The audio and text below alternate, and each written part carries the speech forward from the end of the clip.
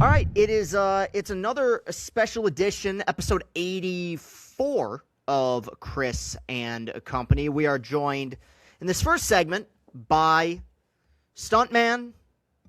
I mean, do you walk around just telling people, yeah, I'm the Mandalorian? No, I don't do that. No, I don't. I don't blame you, but it's pretty. It's got to be cool, though, right? I mean, It's cool. it's Yeah. I won't lie about that. Yeah, it's a dream come true for sure. yeah. But if you don't know the name, you've seen him you've seen him on Mandalorian, you've seen him doing other stuff.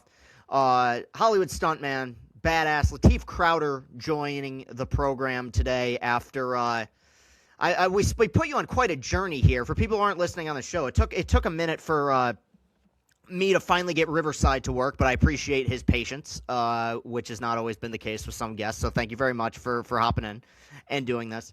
Just kind of jumping into it right now with the interview. But I looked into your background, obviously, and like a lot of guys that end up kind of working in Hollywood, you have a stunt background, you have a gymnastics background. But was there a point, and you started at such a young age, but was there a point in your life where it kind of pivoted and you said to yourself, I want to do this professionally, I want to be in movies, and I want to be in shows?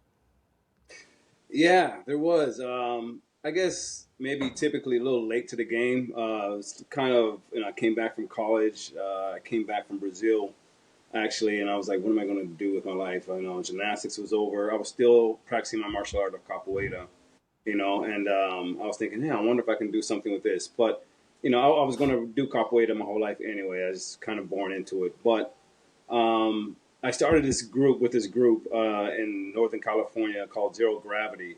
And we were kind of an independent group of guys, and we were doing our own little like homemade stunt videos and things like that. And pretty much from there, we started gaining some popularity.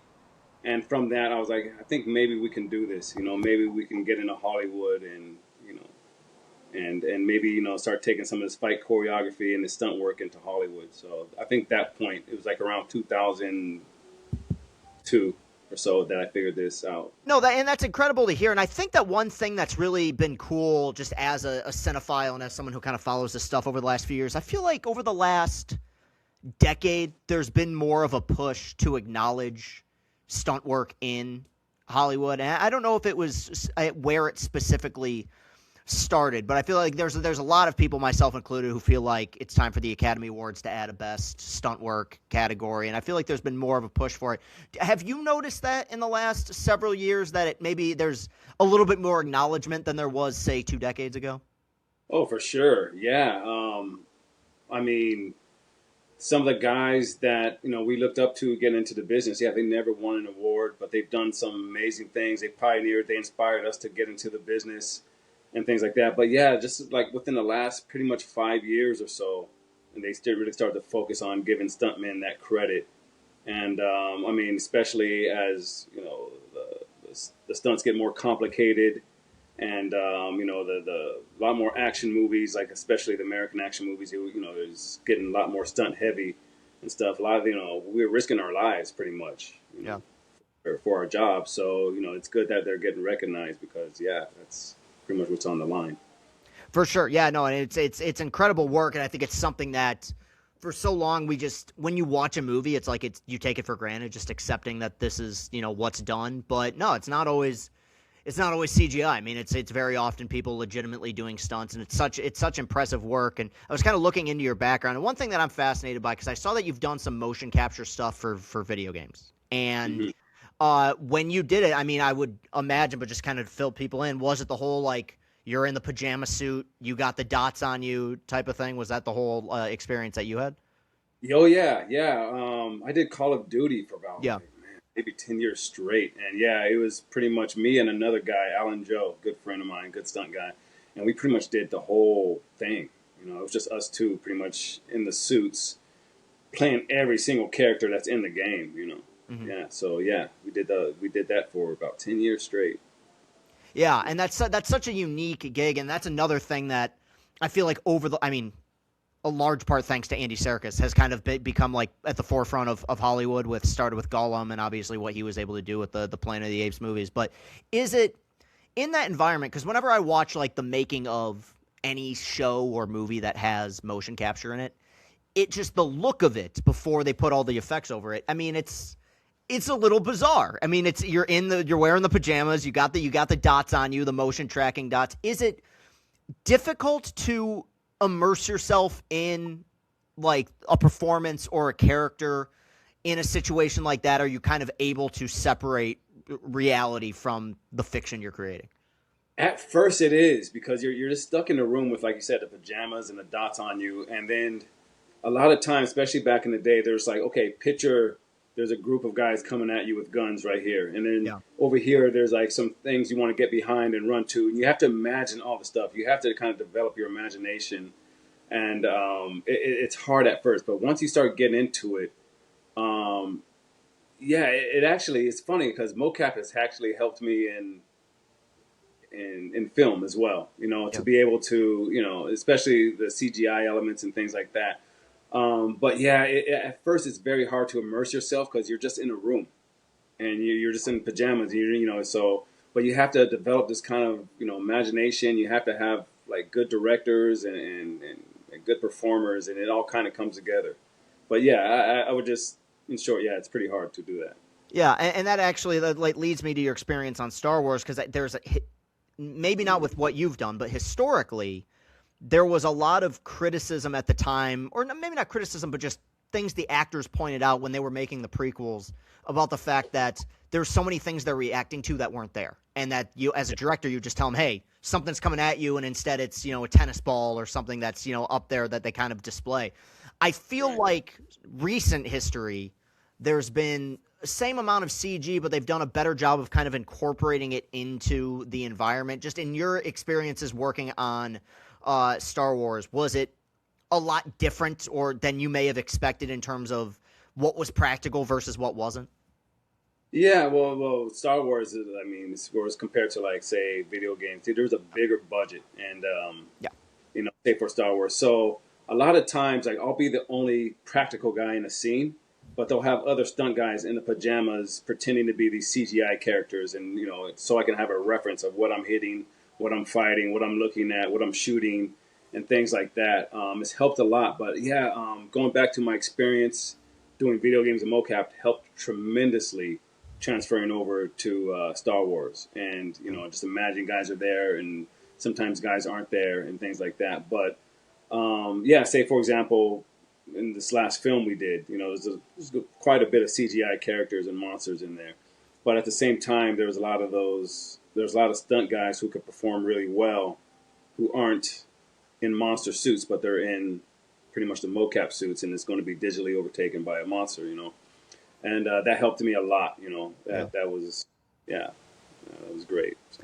Yeah, and I feel like from a filmmaking standpoint, over the last few decades, there's been, like, the directors have acknowledged the difficulty that comes with that, and they've tried to make things a little bit easier, because especially if you're acting in a scene or even you're just reacting to something in a scene, it's the idea is you want to make it as believable and practical and tangible as possible. And I feel like especially with Mandalorian, there's been kind of more of a push of that, which I know Star Wars fans like myself really appreciate. It's funny because I watched a video on YouTube a while back of somebody was reacting to and watching World War II movies, and they were a World War II historian, and they were pointing out various inaccuracies with this film or this, that this thing wasn't built until this year, and kind of maybe not plot holes necessarily, but just things that may not have been historically accurate. I bring that up because I wonder if it's the same thing with stuntmen. Like when you're watching a movie just on your own, not one that you performed in, but just you're sitting in a theater watching it, do you view stunts and fight scenes through a more critical lens, or are you kind of able to separate your profession from what's going on screen? Oh, no, 100%. You're always doing that. Yeah. You're all, especially if you're fought before, if you've done anything like that. Yeah, you're always kind of criticizing, in a way. You're being, like, oh, man, I don't think I would have done that in this kind of scene. Oh, this would make more sense. A lot of times you see the difference between some stuntmen that have knowledge of fighting, just even practical fighting or fight choreography, as opposed to people who don't. And you'll see like just gratuitous movement, like flips and everything for no reason and things like that. And you're like, oh, that doesn't make any sense. It's just doing it to, to have some flash or flare or anything like that.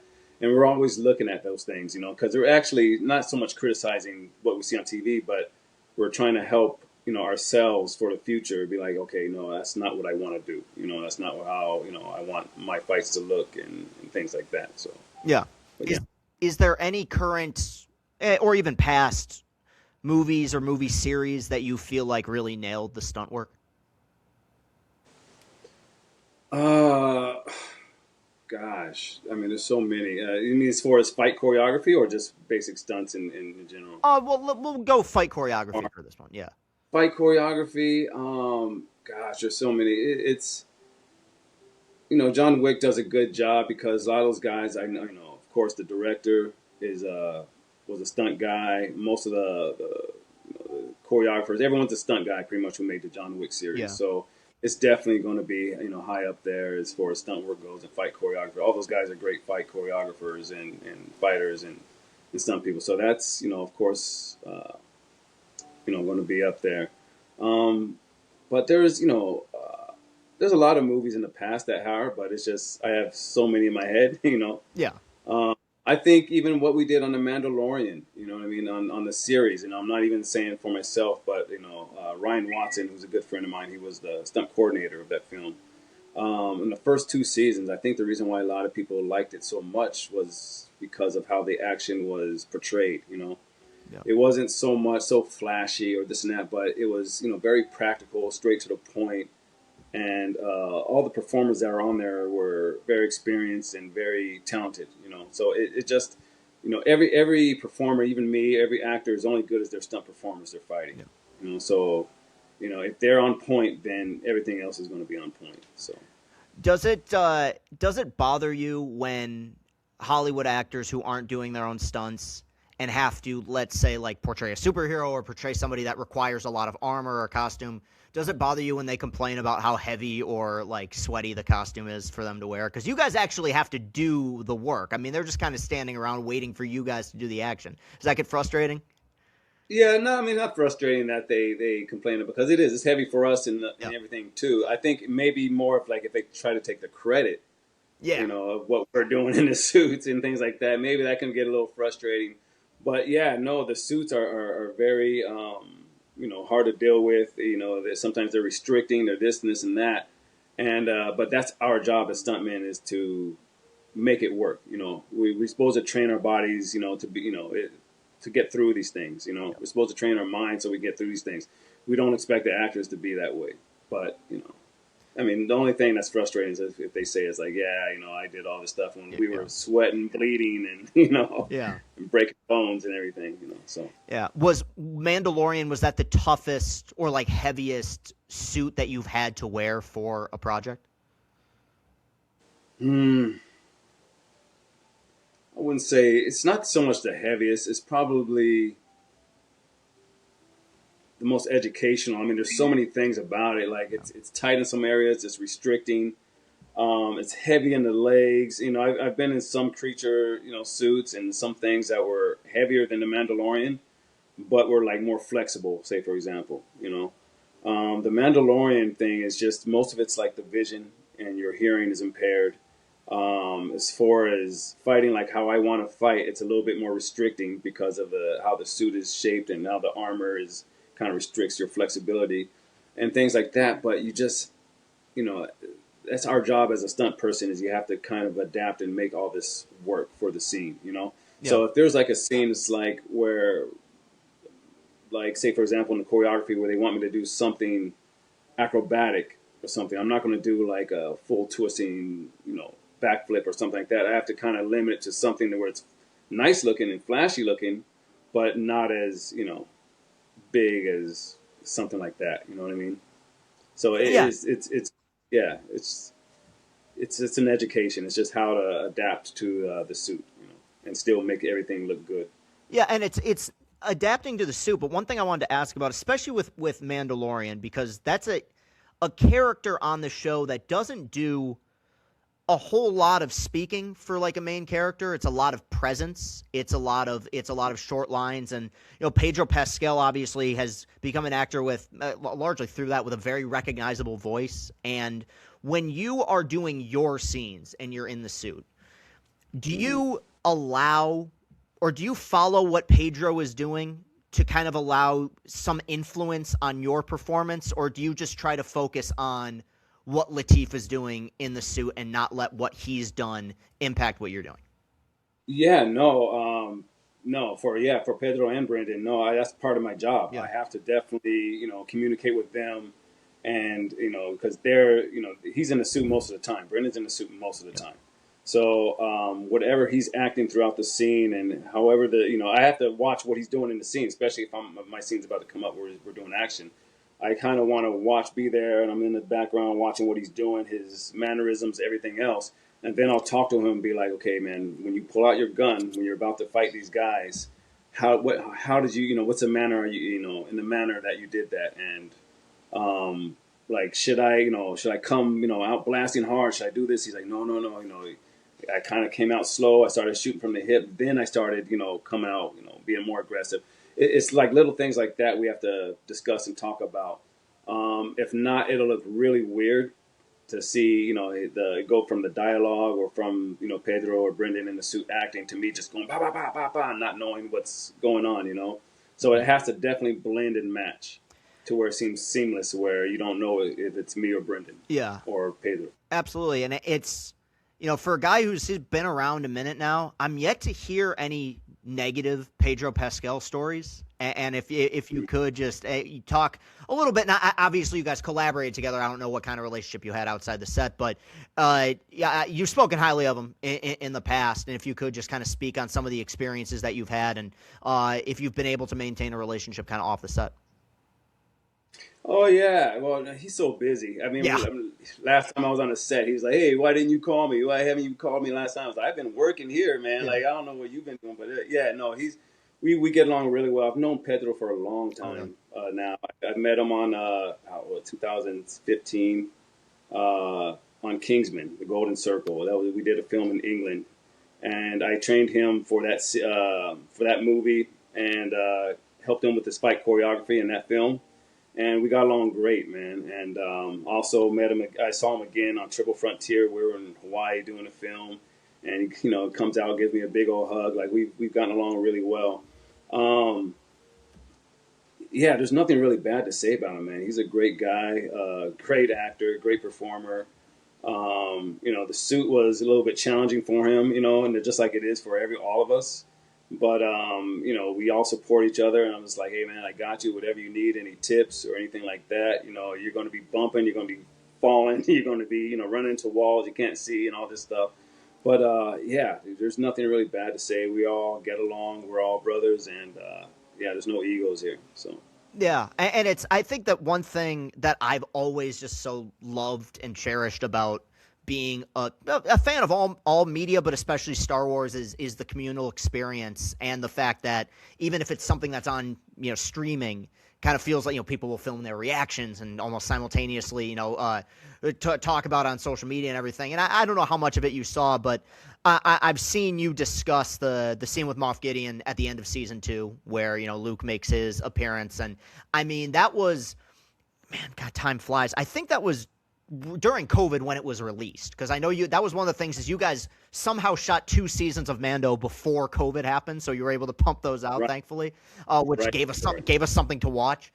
And so it was like December 2020, and that final episode of season 2 really blew people away, and people were filming their reactions to it and everything like that. And typical kind of Star Wars fashion. It's, believe it or not, and I don't know how much you follow this, it's kind of rare that Star Wars fans agree on everything, but that was one of those moments where it's like, man, this is good Star Wars. Did you have a chance and I know you're a busy guy, but did you have an opportunity to kind of follow the real positive, I guess backlash kind of is a contradiction there, but just positive reaction that people had to those moments? Did it make you feel a sense of pride as a stuntman who put in so much work? Big time. You know who turned me on to that, actually? We were starting, because we started the book of Boba Fett not too long, after that. And John and Dave, Favreau and Dave Filoni, they both came up to me and they're like, hey, did you see any of these reactions, that you get, what do you call it, the reviews and reactions to the video of whatever, episode, the last episode in season 2. And then I was just like, no. He's like, no, you should check it out, man. You guys made some guys cry, man. Yeah. It's really cool. Good job, you know. And I was like, all right, cool. I'll check it out. And I did. I started watching. I'm hooked on watching reactions now. But yeah, it did gave me some prizes. And every time we watch shows, it does. It's like, okay, good. We did a good job. This is what we should go. This is the direction we should go. Okay, maybe they didn't like this. Okay, but whatever the fans say, we listen. You know what I mean? Yeah. And I definitely listen. So yeah, I love watching those reactions, good or bad. You know, Yeah. sometimes even the bad things people say they didn't like, I'm like, yeah, okay, I can see that. You know, maybe we should, work on that, whatever, blah blah blah. But yeah, dude, I love watching those videos now, and it's pretty much from John and Dave. Yeah. Yeah. No, it's an unbelievable thing, and I remember that day because I got up super. I was working at a gas station at the time, and my boss was a huge Star Wars fan, and so I got up early to watch that episode. I come in, and I'm kind of in the middle of it, and he goes, "You watch Mando yet?" And I go, "Yeah." He goes, "Any good?" I said, "This is great Star Wars," and his face just lit up, being like, "Dude, I gotta watch it the second I get home." It was really a cool experience, and obviously now just you bring up Dave Filoni and Jon Favreau. You're working with them together on, or I guess it's done filming Mandalorian and Grogu, right? It's in post production, I believe, at this point. Yes. The question I've always wanted to ask somebody who works on a set that massive, because it's Star Wars is a machine, like any big studio film, where it's like even the main actors are just cogs in that machine that kind of allow it to keep spinning, and everything's bigger, the set's bigger, the craft services table is bigger. As a performer, especially somebody who's kind of been in that universe, is there an adjustment that you have to make to allow you to kind of lock into what it is that you're doing, because you're part of something that's so massive, that has so many moving parts? Are you able to kind of be able to lock yourself in, or did it take a second for you to be like, it's a Star Wars movie, man, that's pretty cool? Yeah, for me, it kind of took a second Yeah. because I was a fan, Yeah. especially since the first trilogy and everything back in the 70s and 80s. I was always a fan. It's like, oh my gosh, what is this? We are here. I'm actually, wow, it's a Star Wars. I'm looking at the Razor Crest. I'm looking at all these sets, and it's just amazing. I'm looking at the Tatooine set. I'm just like, wow, this is insane. And but I'll say this: the crew, every single one of them can tell you something about the Star Wars universe. Every single one of them is knowledgeable about Star Wars. Every single one of them is the biggest fan, bigger than me, Yeah. and bigger than the other. Everybody. You can reference. You can ask for. I need a reference on what kind of gun Yeah. that the Trandoshans had, and somebody, this camera guy, will let you know. What it is. But yeah, after a while, I think like we've been together for like 7 or 8 years now. And on this last movie, we're all family. We all know each other now. Whatever I need to do for my job, like I can go to the props guy and be like, hey, I need this weapon to be a little bit smaller for my hand, or a little bit bigger for this way.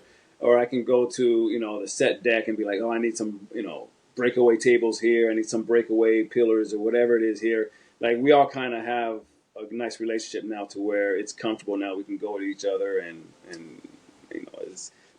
it's nobody has a bigger job than the other.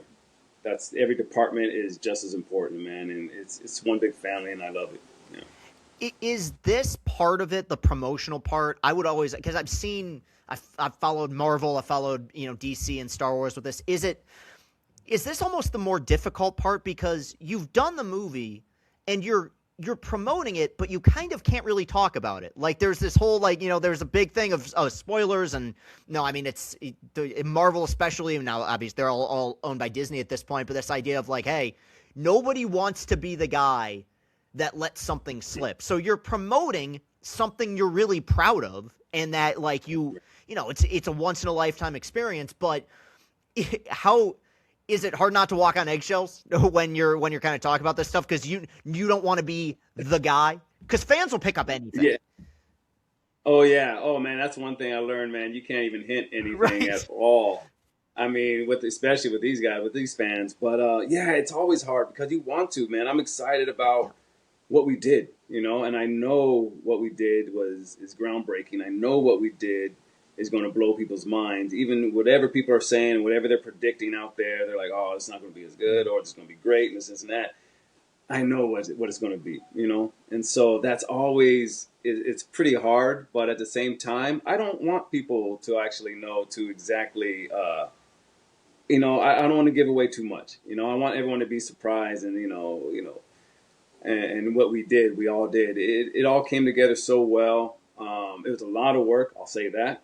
Especially as far as my job, it was very one thing I will give away, and I'm not saying Right. there's a lot of great action on this, a lot of big action, a lot bigger than the series, So hopefully people will be very proud of that and very happy with the action because man, I gave it my all, for sure. So I'd be very disappointed if people didn't like the action. For sure. And it's one last thing I wanted to ask just about your general career, and I don't want to put you in a position where you're throwing anybody under the bus. But one thing that I've complained about as a fan of film is I often get Hmm. a little bit annoyed with the editing of action sequences. And I would imagine as a stuntman, every so Oh yeah. often there will be those experiences where you're like, man, I work my ass off on this, and they're cutting every half a second, and you can barely see what we're doing. And and it's the big Yeah. difference. You bring up John Wick. Not only is the stunt work great in that, but like they know when to cut the action. It's not just quick edit after quick edit. I'm not Hmm. asking you to specifically name a project, but has there been a project that you worked on that you felt like you did some really great stunt work or fight choreography, and you went back and you watched the project and said, man, the way they cut it really didn't allow for our talents to shine through. Oh yeah. Oh yeah. That's most of them. Right. Yeah, To I be would honest. imagine. Yeah. Yeah. I mean, everyone has their job. I always say, especially since we know fights, and if you have a talented, let's say, fight performer, fight actor or a stunt actor, you want to use, you want to have him on camera the most you can until you cut, because that's what you're looking at. You're looking at his talent, you're looking at his lines, his performance, all that stuff. But that's most movies are like that. It's always good to have either the performer in the editing room or the stunt coordinator or fight coordinator who's helping with that fight in the editing room to help the editor. Not so much to do their job, but to help. Because a lot of times, everyone has their own vision, but you know, um, the things that most people are looking for in the fight, the editor is not thinking about Hmm. that. He's thinking of something else. You know what I Yeah. mean? He's not a fighter. He's not a performer. He's not, this and that. Visually, he's thinking of something else. But I think most fight performers, most action, performers, yeah, they have that problem with the editors. Yeah, for Yeah, sure. I would imagine, and you're right. It's like it's a different department, so you would like to ideally, and I think that's why something like the John Wick movies have the action they have is that they're directed by a stuntman. So it's somebody that has Yeah. that mindset in mind of how do I make this look as cool as possible, not just narratively, but just visually for the audience. And this will be my last question here. But you talked, I saw you in an interview talk about you got a chance to work with Sigourney Weaver on Mandalorian and Grogu, which I mean, like one of the maybe the like definitive like female action star. I mean, when you think of action movies, like you think of Ripley. If Mhm. you, I guess it's not so much a question, but my whole thing is and I'm so fascinated by performers is the fact that if I was on that set, it would take me like hours to be like, that's Ripley, man. Like it's there's almost. But my question, I guess, was going to be, does it actually I don't want to use the words intimidation, but does that presence actually help you when being in a scene with an actor like that? No, like does it allow you to kind of immerse yourself a little bit more, knowing that there is a little bit of extra anxiety potentially that comes with working with somebody who is such a legend in Hollywood? Yeah, I'll say this: Brendan probably worked more with Sigourney than I Okay, did. Like I just saw her and met her. He's the one who worked more with her with the dialogue and okay, everything. I'll say this though with Giancarlo, for yeah, example, because he's kind of the same way in my.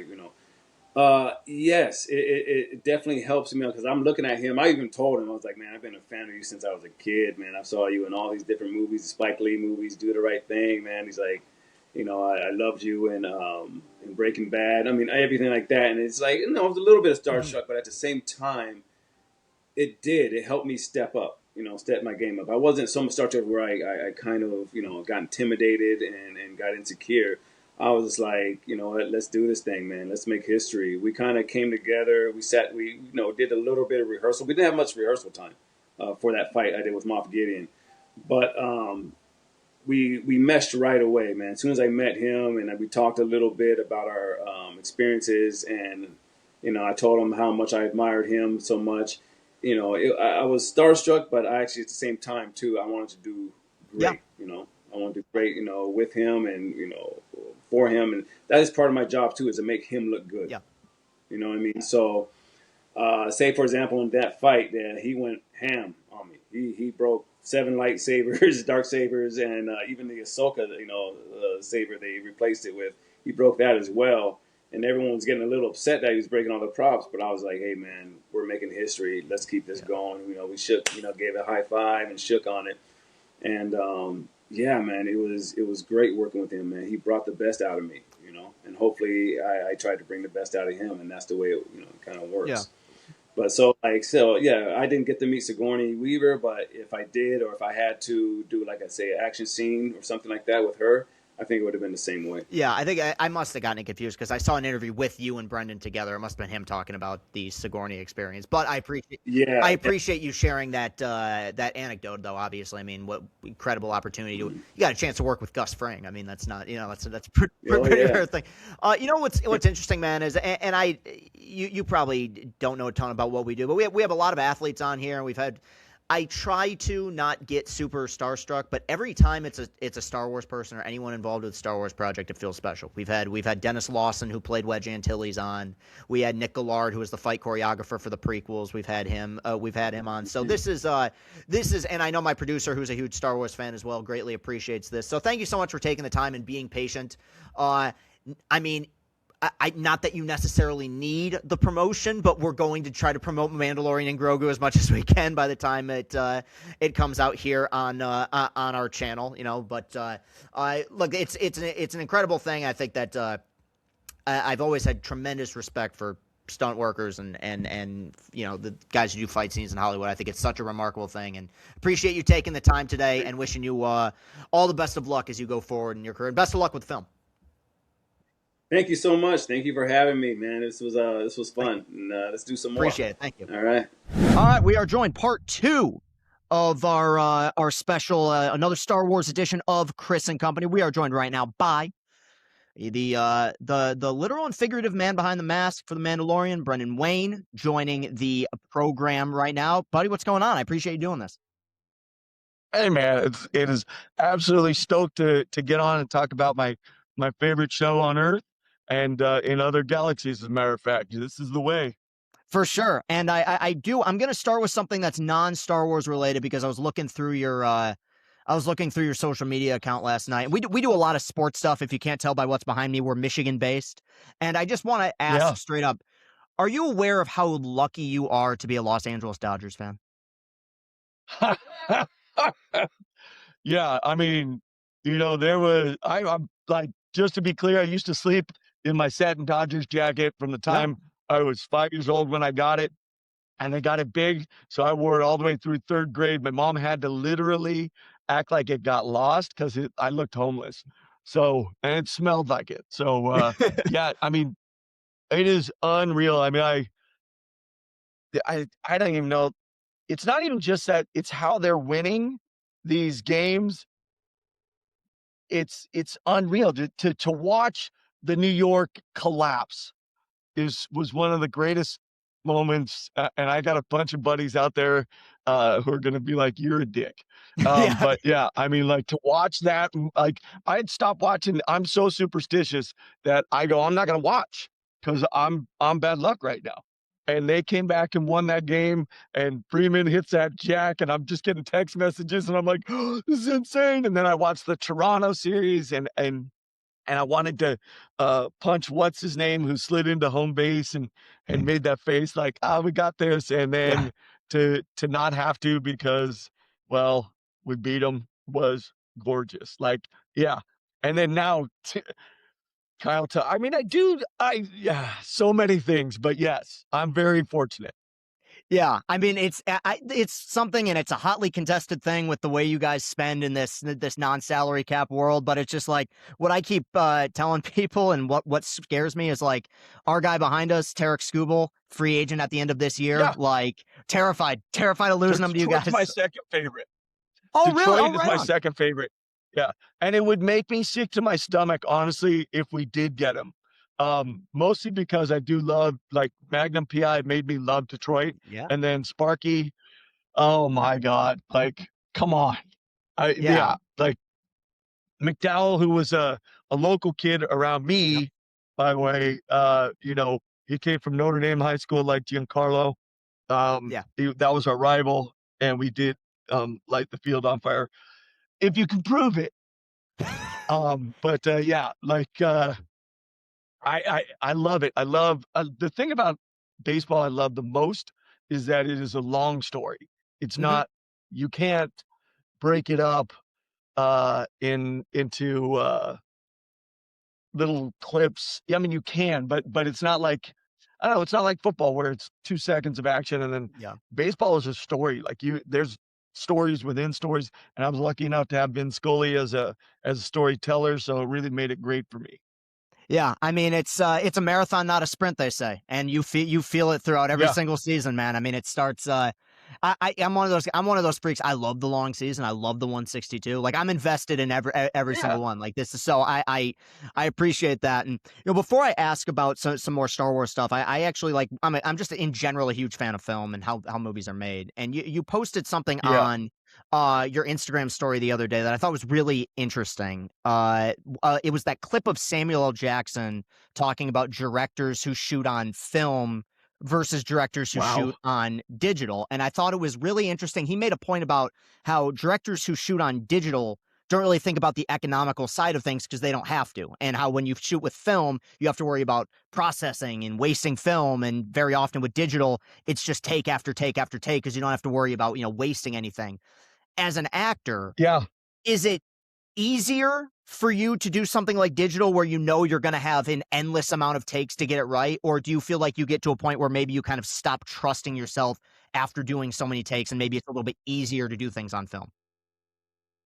Um, I want to do less takes always, and Yeah. I'm a big fan of economics of it. I played sports. Well, that guy almost got me out of the car to beat him. Um, I I I really I love John Ford. My grandfather being John Yeah. Wayne, uh, having John Ford as somebody that my family was able to learn from and understand. He was the king of coming in under budget. Yeah. They'd get on a train, this is obviously back in the day, and they would go out to Monument Valley from LA, go out to Arizona to film a Western, and he would film out the door of the train the whole way out so that he could have those beautiful scenic views you get, right? Yeah.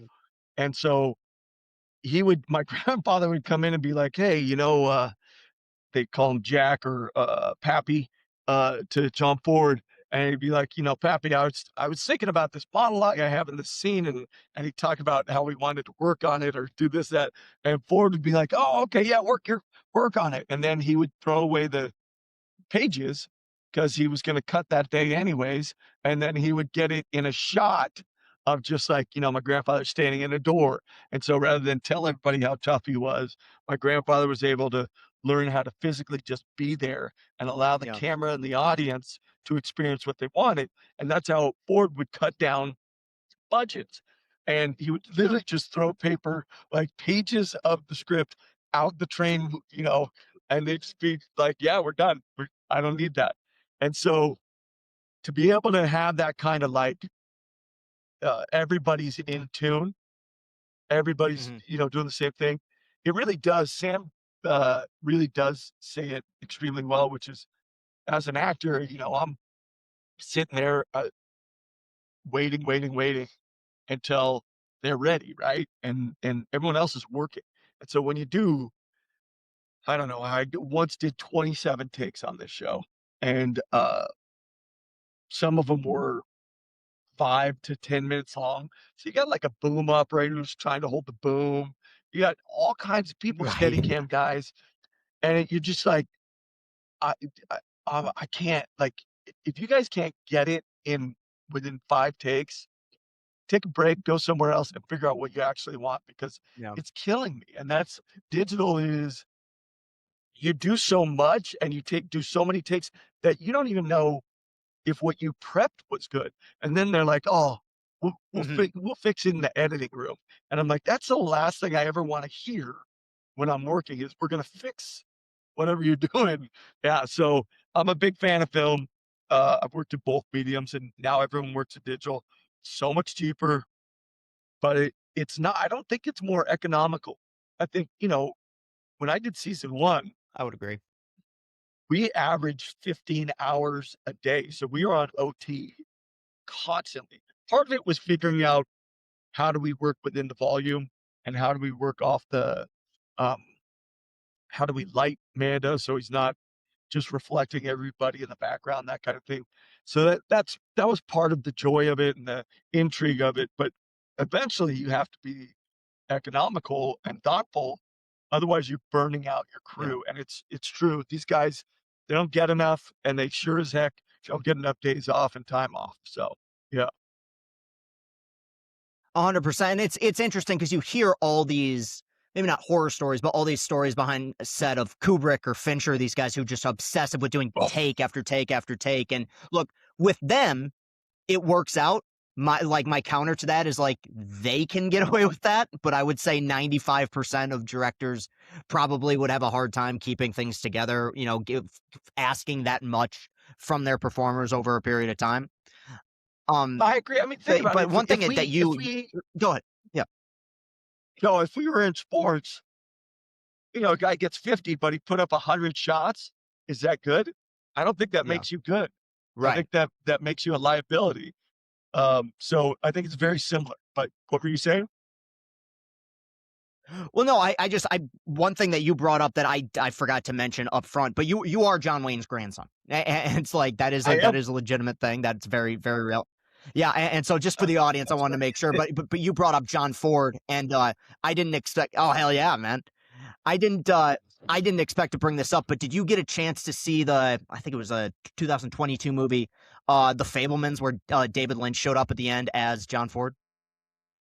Yes, yeah, and well done. I mean Spielberg, come on. Yeah, very. He was Uncle Jack to me and my family, and Granddaddy was Granddaddy. He wasn't the Duke or JW or whatever the hell everybody called him. He was just that, and there was no pretense. And then all of a sudden I grow up. My brothers and sisters, I'm last at 8, so they had a much more, I don't know, a longer experience of the life than I did. So I had to learn about him posthumously, and find out that he was a legend. And that was crazy. You're like, oh, Uncle Ronnie. And then they're like, yeah, that was the president, bro. You're referring to the president. You're like, what? Yeah. I was eating jelly beans at his desk, and they're like, the Resolute desk? I'm like, I have no concept of what you're telling me. So yeah, it's a different lifestyle for sure. I was very fortunate, but I was never raised like I was anything other than the little dork that I was. Yeah, but I mean, it's good not to lose sight of that though at the same time. And I feel like it ends up. I mean, you got stories on top of stories. I would imagine, and I'm sure it over time, getting a chance to observe kind of that other side of things. I mean, I'm sure it allowed you to grow as a person, as an actor. And no, you brought up. I watched a recent interview with you because obviously on this channel and just in general, we're very excited for Mandalorian and Grogu. We can't wait to see what's coming next year with Star Wars. And you talked about. Because we had Lateef on the other week and we talked to him, and I got this question. I got him mixed up with you for a second. It was yeah. So this is going to be a 2-part episode. We're going to have him part 1 and you a part 2. Yeah. We've been very fortunate. That's my guy. Super nice dude. It was really, really fun. And I got a bit confused with the questioning because it was actually an interview of yours that where you brought this up. But you've talked about the fact that you got a chance to work with Sigourney Weaver on Mandalorian and Grogu, right? I mean, legendary actress, legendary genre film actress.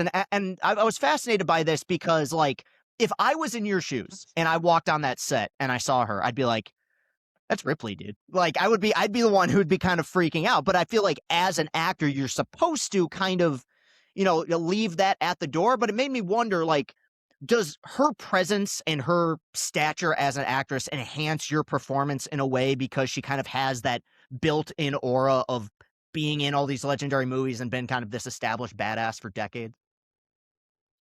Yeah, I mean, I'll just say that, like, I don't leave shit at the door. I think some people have earned the right to be, Yeah. you give them their flowers and you make sure you're in awe of them the way they should be, because they did things that Yeah. nobody else had done, and they did it in such an iconic way that you cannot, you can't just poo-poo it. There's no way I don't care how much work I've done as Mando. I don't care what I've created and what a cool thing it is.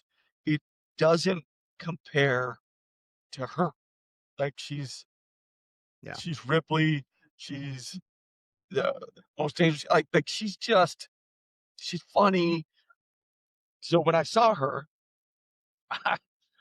I'm jaw down, flies coming in and out of my mouth, Yeah. impressed. And I've met them all, and I don't get uh very impressed very often before I even see somebody.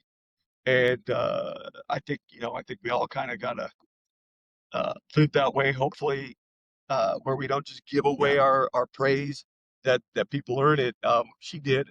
And it's funny because God rest his soul, Carl Weathers was the guy who, when I started this, it was he and I working on set, and I'm sitting across from him, and we're doing that scene where he's giving me the bounty pucks in season one, and I'm in the helmet, and I'm full gear, and we're acting, because I'm doing all that, and he just looks at me, "Hey, man, yeah, yeah, yes, Mr. Weathers, um, hey, it's Carl." I'm like, "Uh-huh, yes, Mr. Weathers," and he's like, "Can you speak up?"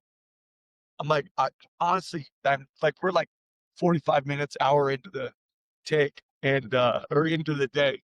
And I'm like, yeah, I'm sorry. I don't get tongue tied or anything, but you're Yeah. freaking Apollo Creed. You were the first guy I cried to around my Yeah. other buddies, like blah blah blah. And then he started laughing. And I'm like, he goes, your grandfather's John Wayne, and you're gonna get tongue tied around me. And I'm like, yeah, I am. You earned it. And so it does, Ming Na is very similar experience, and then Sigourney walks into a genre she helped um, legitimize, in my opinion. You know what I mean? Because she Yeah. brought such Yeah. a human character to sci-fi that you couldn't not relate to it.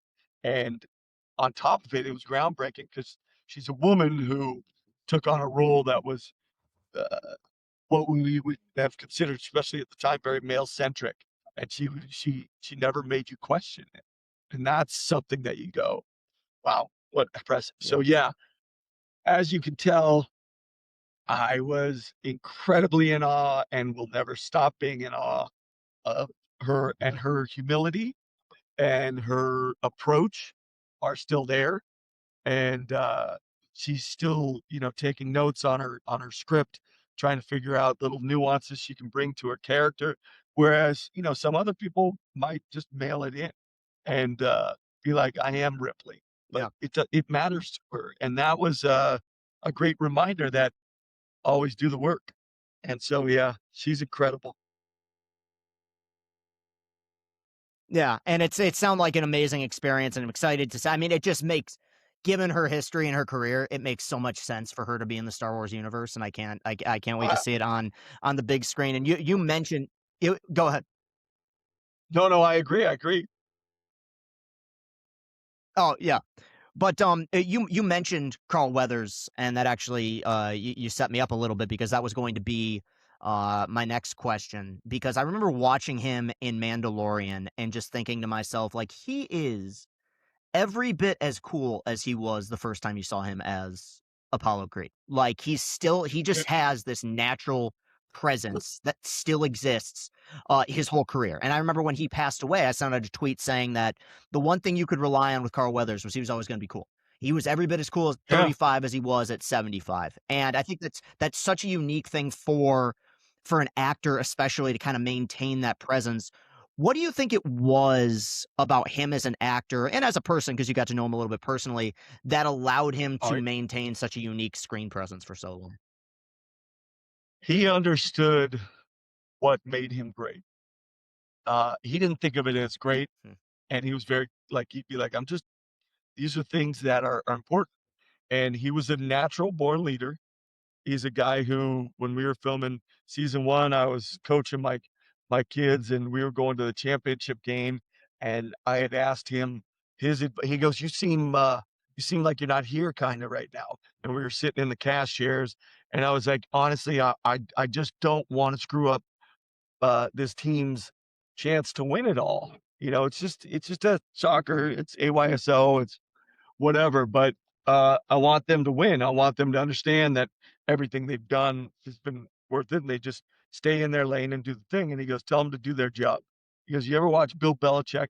I was like, not really. I like to fight anything that's from Boston." And, he goes, he has this great thing, and he says, "Do your job. That's all you gotta do." And then he says it to them, they say it back. He says and he's like, "That's what I want you to do." And we went out there, and those young ladies went out there and did their job, and it was a moment that I'll never forget because I called him, and I'm in tears, and I'm like, "Hey, they did it," and he gets in tears, and that's who he was. And, he would call my daughter because they shared a birthday. Like, he would call my daughter, like, no Oh wow. reason other than he knew it mattered, and he would send out a text to dads that he loved and thought were, respected the idea of being a father, and he included me in that as soon as we got to know each other. He helped build Mando for me, um, because he understood that I needed to give myself some permissions as the character, uh, that that I hadn't as an actor given myself permission because 'cause I'd been so hardcore against being I'm 6 foot, 175 pounds, and my grandfather was 6'5", 250, you know? Like, there are certain things that I was like, "I can't do this," and I said it to him, and he goes, "No one's gonna think you're being him because of those differences. These are just natural genetic things that you have, and you've gotta live in them." And that's what Carl taught me, and I think that's what Carl portrayed, which was he worked very hard to stay in the shape he was and stay active and as strong and coherent and everything that he was, and he loved creating. And so it's the same thing I learned from Sigourney. It's the work, it's the experience, it's the journey more than the destination. And you just got to give yourself permission to go out there, and if you fail with it, you fail with it, you just retry it and find a new way with it. But you just got to do it.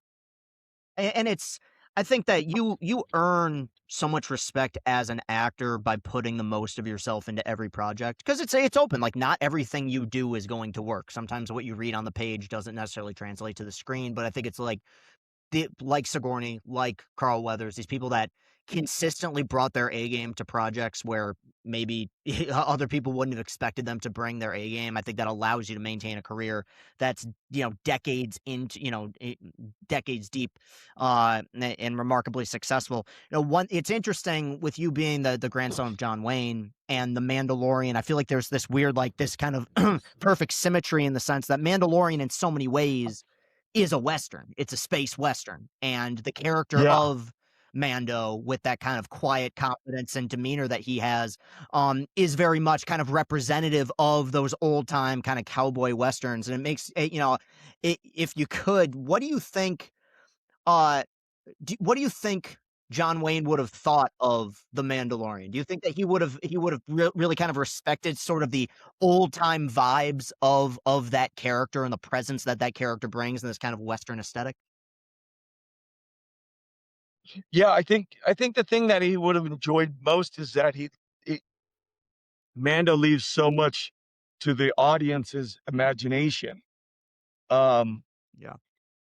that he allows for that experience to occur within them without so often we watch things and they tell you how to feel. They're like, "Oh, he's crying, so I have to be Yeah. sad here." Whereas they don't allow you on the journey to create your own feelings. And I think, with Mando, uh, when we do it right, that's exactly what we have. I always think of Mando as a mirror, especially with his, Beskar. Uh, he allows the audience to be him, and it doesn't matter if it's girl or boy. And that's one of the coolest things that I've found as Mando meeting fans is, these young ladies will whip the helmet off, and all of a sudden there'll be a ponytail, and I was like, "Wow, you identified with Mando?" And they're like, "Oh yeah," and it's just very cool to see that there's no need to delineate it.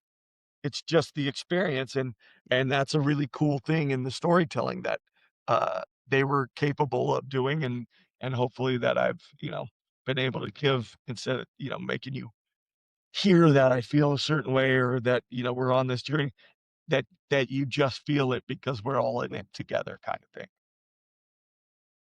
Yeah, and I mean, it's such a classic adage in storytelling of show don't tell, and I think Mando at its peak Yeah, does such a remarkable job of that. Where it's not an easy thing to pull off a character wearing a mask who is, you have to make expressions with something that is essentially expressionless with the you can't yeah, see the eye movements or the the facial twitches or anything, but you react. But I think that the show as a whole, and I think you deserve a ton of credit for this, does a great job of capturing the emotions that the character is feeling in the moment without necessarily having to have him take off his mask. It's not an easy thing to do.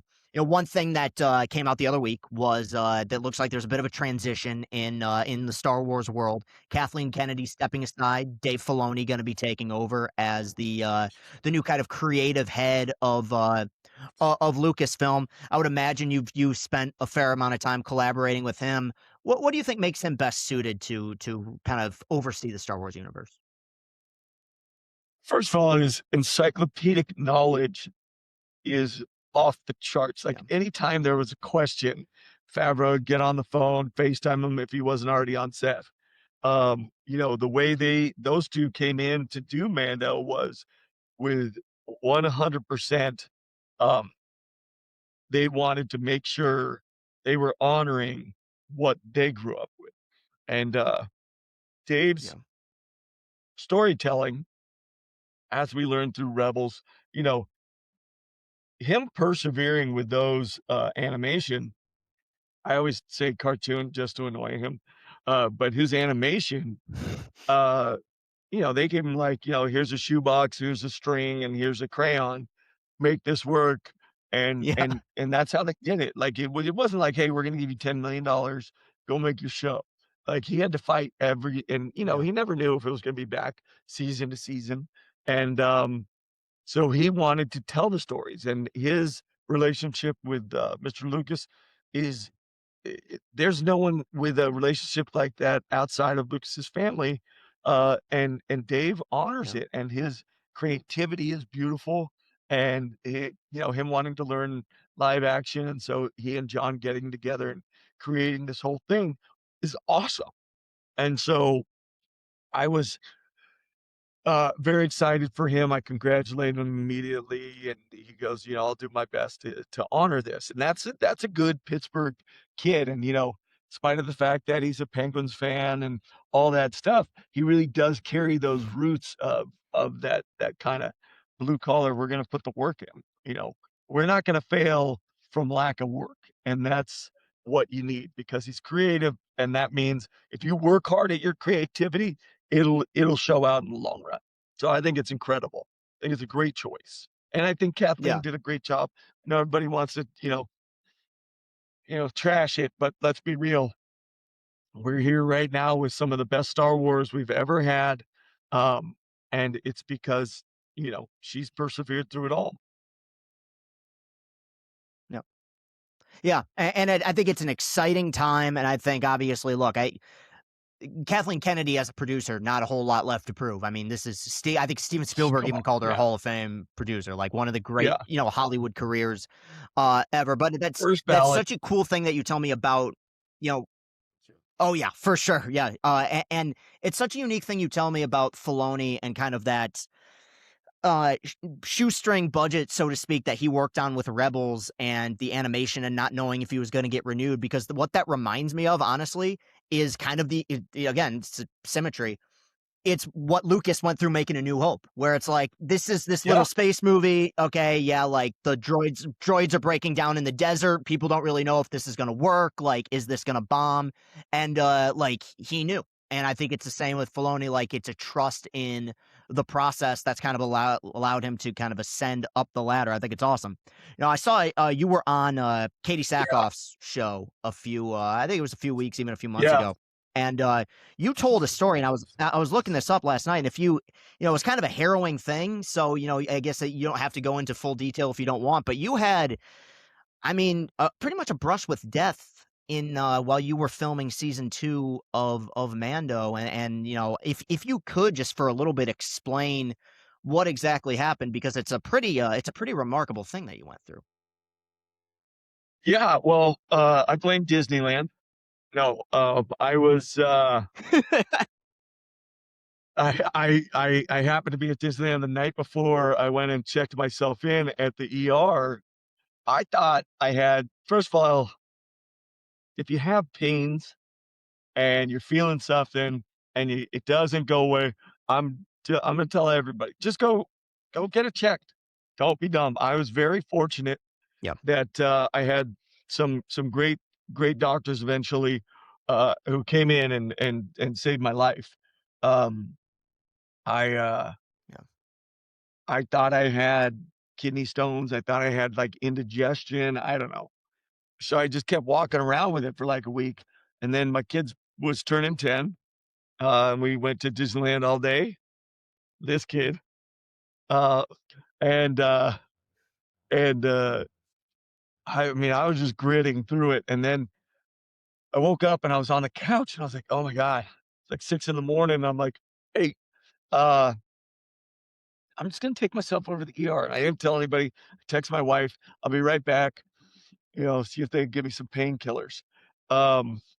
And I I went over and I said, I'm in the ER and I'm like bent over a chair going, oh, it was like hilarious in retrospect, not at the time. And my doctor, my regular what do they call 'em? My internist, uh, my GP was there and she happened to see me and she was like, no, you're coming in here. You got something more serious going on. And she thought it was appendicitis, and it kind of was. But what had happened is I'd had hernia surgery 5 or 6 years before, and all those hernia patch commercials, like lawsuits you see, apparently they Yeah. took Yeah. the whatever thing off and my intestine hit it and ripped. And so when I went in there, they didn't know that Oh my happened. God. So, a lot of people would be like, "Yeah, well, we knew you were full of it a long time ago." But I kept getting septic, and the doctors couldn't figure it out, couldn't figure out what was going on. My white and red blood cells were all over the place. I was in an oxygen chamber. I died, came back, blood transfusions, ICU. 42 days later, I'm getting out of the hospital. I went from 185 to 142 when I walked out of that hospital. And 10 days later, I walked on the set to start filming season 2 uh, after they'd already been filming for like 4 weeks, but went and had to reshoots. But I was supposed to like kind of ease into it and work 5 hours a day. And that's not what happened. First day I came back, and I had a hole in my stomach that big, and I just had to keep rewrapping it every time we changed the costume. And it just meant too much to me to be Mando to just kind of let it go away. And so that's what I did. I did it every day. First day we worked, I did 15 hours and worked with Bryce that day, and that was it. I I never looked back from there. It was brutal. I literally looked like Christian Bale in The Machinist, and that was when I met Katie Machinist. and them, and they were like, "Who's this guy?" And I'm like, "Oh, I'm the Mandalorian." And they're like, "Huh?" And then they figured it out, and they're like, "Oh, oh, okay, okay. Oh, this is crazy." And so Yeah.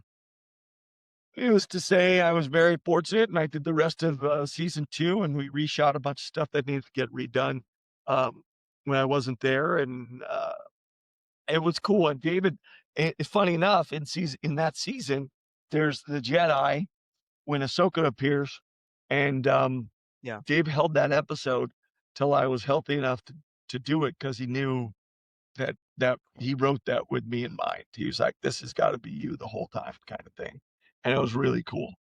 It was Nice. very cool. I'm gonna go walk up there and Incredible. sign you in Yeah, really well, quick.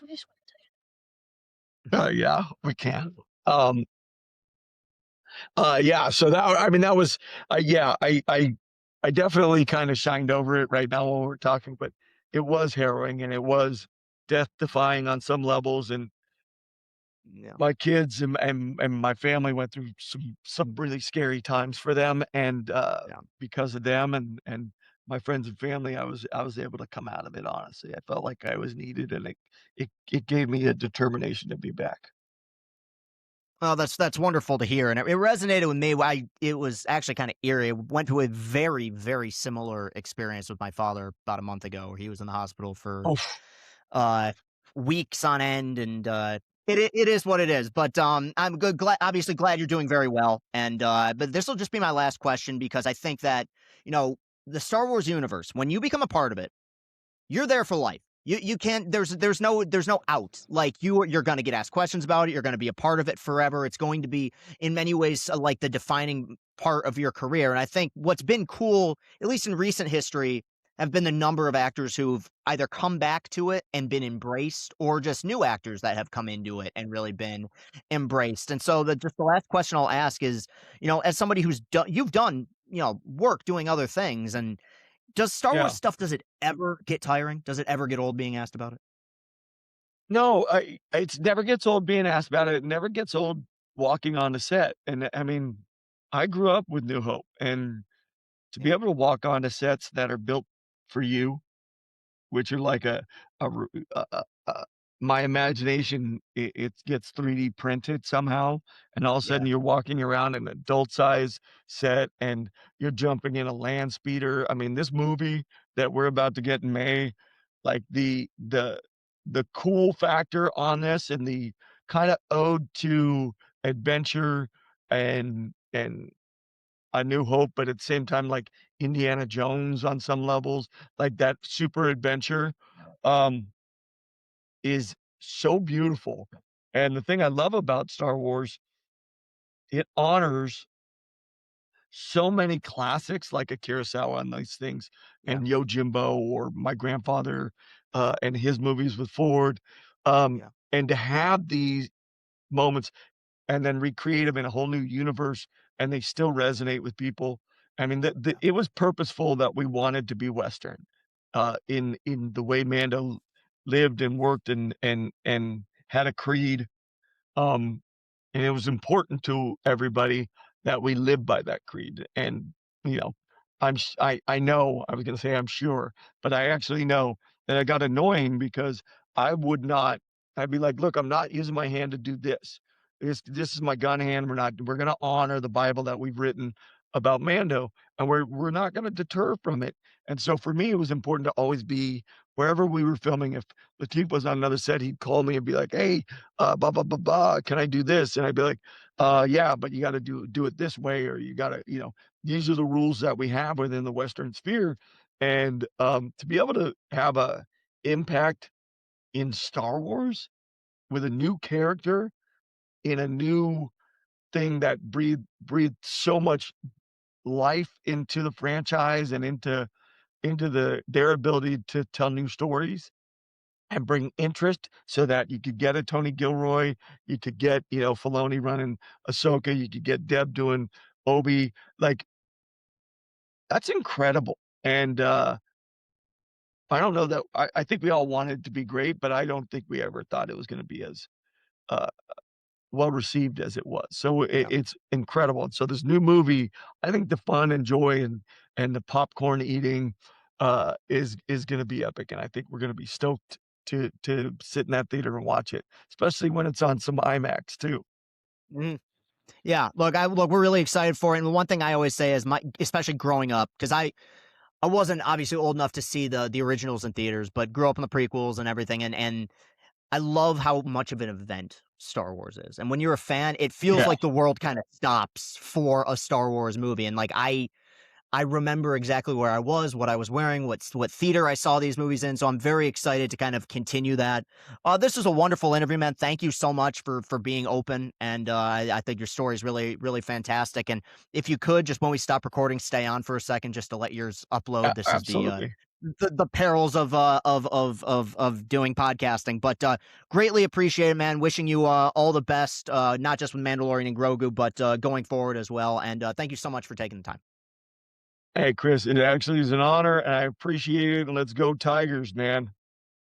Let's get it. I love it. Thank you. Okay, we're back now. I think people got the gist of what that was, but for people who may not have known that, this was another special Star Wars episode. Mandalorian Grogu obviously comes out this summer, and we got a chance to interview the stuntman, and we got a chance to interview the guy who is in the suit. No, it's not Pedro Pascal. That was Brendan Wayne, who we just talked to. Two unbelievably enthusiastic and nice people. I mean, like, even before we start recording, I could just like, when the guest brings the energy, it makes your job as an interviewer so much better. And it's one of those things where I get a chance to talk to some really cool people, athletes, journalists, media personalities, what have you. And I think it's so fun and it's so awesome. But there's just, I say this every time, there's just something that hits a little bit different about Star Wars people. It's this mythical thing to me, you know. And so I getting that opportunity, and Austin, big shout out to him who set both of these up.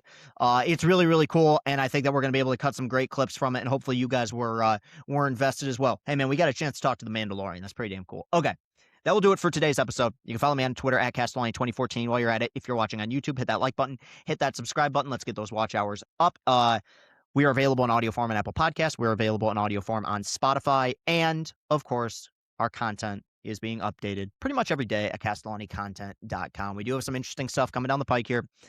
Some things are kind of up in the air right now, but we're going to continue to work through it and work hard and do our thing because we love it. And we are very committed to this. And shout out to Austin, who continues to do a remarkable job. But yeah, we're very proud of what we're making, and we're going to continue to be. And thank you to Lateef and thank you to Brendan, who were very gracious to give us our time, or to give us their time. And may the force be with them.